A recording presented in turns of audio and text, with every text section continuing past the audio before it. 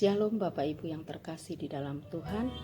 Senang pagi hari ini kita bisa bertemu kembali untuk bersama-sama mengawali kegiatan kita sepanjang hari ini dengan merenungkan kebenaran firman Tuhan. Pagi ini saya mengajak kita sekalian untuk merenungkan kitab Yesaya pasal yang ke-40 ayat yang ke-28 sampai ayat yang ke-31. Dan saya memberi judul renungan kita adalah Jadilah kuat dan perkasa. Kalau saya bertanya, apakah ada di antara saudara, di antara kita yang mempunyai persoalan? Saya yakin setiap kita punya masalah. Setiap kita punya persoalan dengan tingkat kesulitannya masing-masing. Dan cara menyelesaikan masalah itu pun bermacam-macam. Berbeda-beda sesuai dengan tingkat kedewasaannya. Pada saat orang lain menghadapi persoalan dan kita memberikan nasihat, yang sabar ya, jangan putus asa ya, jangan menyerah ya. Apakah hal itu mudah? Tidak. Mudah untuk dinasihatkan, tapi terlalu sulit untuk dilakukan manakala persoalan itu terlalu besar. Nah, firman Tuhan pagi ini, mari kita membacanya bersama-sama di dalam kitab Yesaya pasal 40 ayat yang ke-28. Tidakkah kau tahu dan tidakkah kau dengar? Tuhan ialah Allah kekal yang menciptakan bumi dari ujung ke ujung. Ia tidak menjadi lelah dan tidak menjadi lesu, tidak terduga pengertiannya. Apa maksudnya ini? Allah yang menciptakan dunia ini. Artinya Allah mampu menolong persoalan yang ada di dunia ini. Allah yang menciptakan manusia sehingga Allah mampu menolong manusia manakala manusia itu menghadapi persoalan.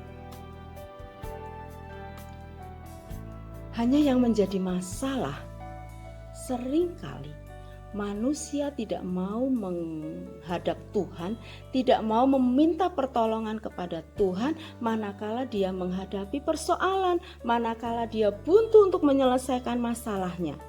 Seringkali dia lebih memilih untuk menyalahkan diri sendiri, milih membandingkan dirinya dengan orang lain. Seharusnya saat kita menghadapi persoalan, kita datang kepada Tuhan. Saya mau mengajak kita belajar dari Raja Wali. Raja Wali itu binatang yang kuat, binatang yang gesit, binatang yang bisa terbang tinggi mengatasi langit dan tidak takut badai. Tetapi jangan dikira bahwa sudah sejak lahirnya begitu, tidak. Raja Wali itu dilatih oleh induknya.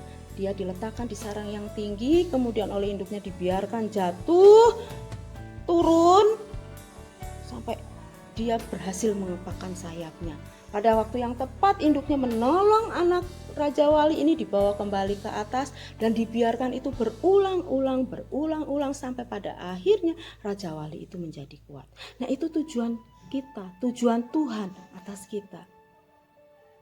Seringkali kita berpikir bahwa kenapa ya kok Tuhan membiarkan saya menghadapi persoalan? Sesungguhnya Tuhan ingin melatih kita, melatih sayap-sayap iman kita supaya menjadi kuat. Sehingga pada waktu kita punya persoalan, kita mau datang dan berharap kepada Tuhan. Ayat 29 berkata, Dia memberi kekuatan kepada yang lelah dan menambah semangat kepada yang tiada berdaya. Tuhan siap menolong kita. Ya, tinggal kita mau datang kepadanya. Jangan sedih, jangan takut, jangan merasa sendirian manakala menghadapi persoalan. Kapanpun, dimanapun, apapun persoalannya, apapun kesulitannya, datanglah kepada Tuhan. Yesaya 40 ayat yang ke-31 berkata, Tetapi orang-orang yang menanti-nantikan Tuhan mendapat kekuatan baru. Mereka seumpama Raja Wali yang naik terbang dengan kekuatan sayapnya. Mereka berlari dan tidak menjadi lesu, mereka berjalan dan tidak menjadi lelah. Apa maksudnya ini? Orang yang menanti-nantikan Tuhan itu artinya orang yang mengandalkan Tuhan. Nanti saudara boleh membaca di dalam firman Allah yang hidup, dikatakan bahwa orang yang mengandalkan Tuhan akan mendapatkan kekuatan baru. Apa maksudnya mengandalkan Tuhan? Itu artinya mempercayakan kepada Tuhan sepenuhnya diri kita. Walaupun kadang-kadang persoalan tidak selesai, tapi kita percaya penuh bahwa Tuhan tidak meninggalkan kita saat menghadapi persoalan itu. Jadi kita tetap kuat. Badai mungkin tidak berhenti, tetapi Tuhan ada bersama kita di dalam kapal kita. Jadi kita tidak takut untuk tenggelam. Kita tidak takut untuk tenggelam. Yang perlu kita lakukan adalah kita terus mempercayakan diri kita kepada Tuhan. Bagaimana caranya kita mengandalkan Tuhan? Bagaimana caranya kita mempercayakan diri kita itu kepada Tuhan? Ya, caranya bagaimana?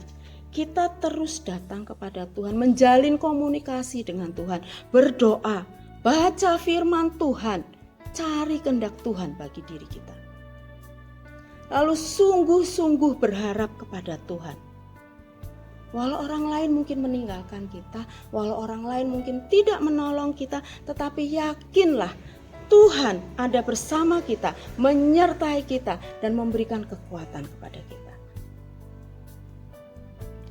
Tetapi orang yang menanti-nantikan Tuhan mendapatkan kekuatan yang baru.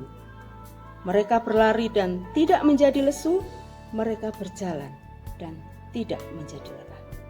Jadi manakala persoalan itu datang, manakala kita menghadapi masalah, datanglah kepada Tuhan, andalkanlah Tuhan. Mari kita berdoa. Bapa yang baik, kami bersyukur Tuhan untuk peringatan yang Tuhan berikan melalui firman Tuhan yang membuat kami menjadi teguh, yang membuat kami menjadi kuat, untuk kami terus berjalan, untuk kami menghadapi persoalan yang Tuhan izinkan kami alami.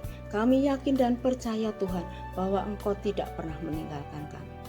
Di dalam nama Tuhan kami Yesus Kristus, kami bersyukur, kami berdoa dan kami meyakini Tuhan bersama dengan kami di dalam sepanjang aktivitas kami pada hari ini. Bahkan Tuhan memberkati kami. Di dalam nama Yesus kami berdoa. Amin.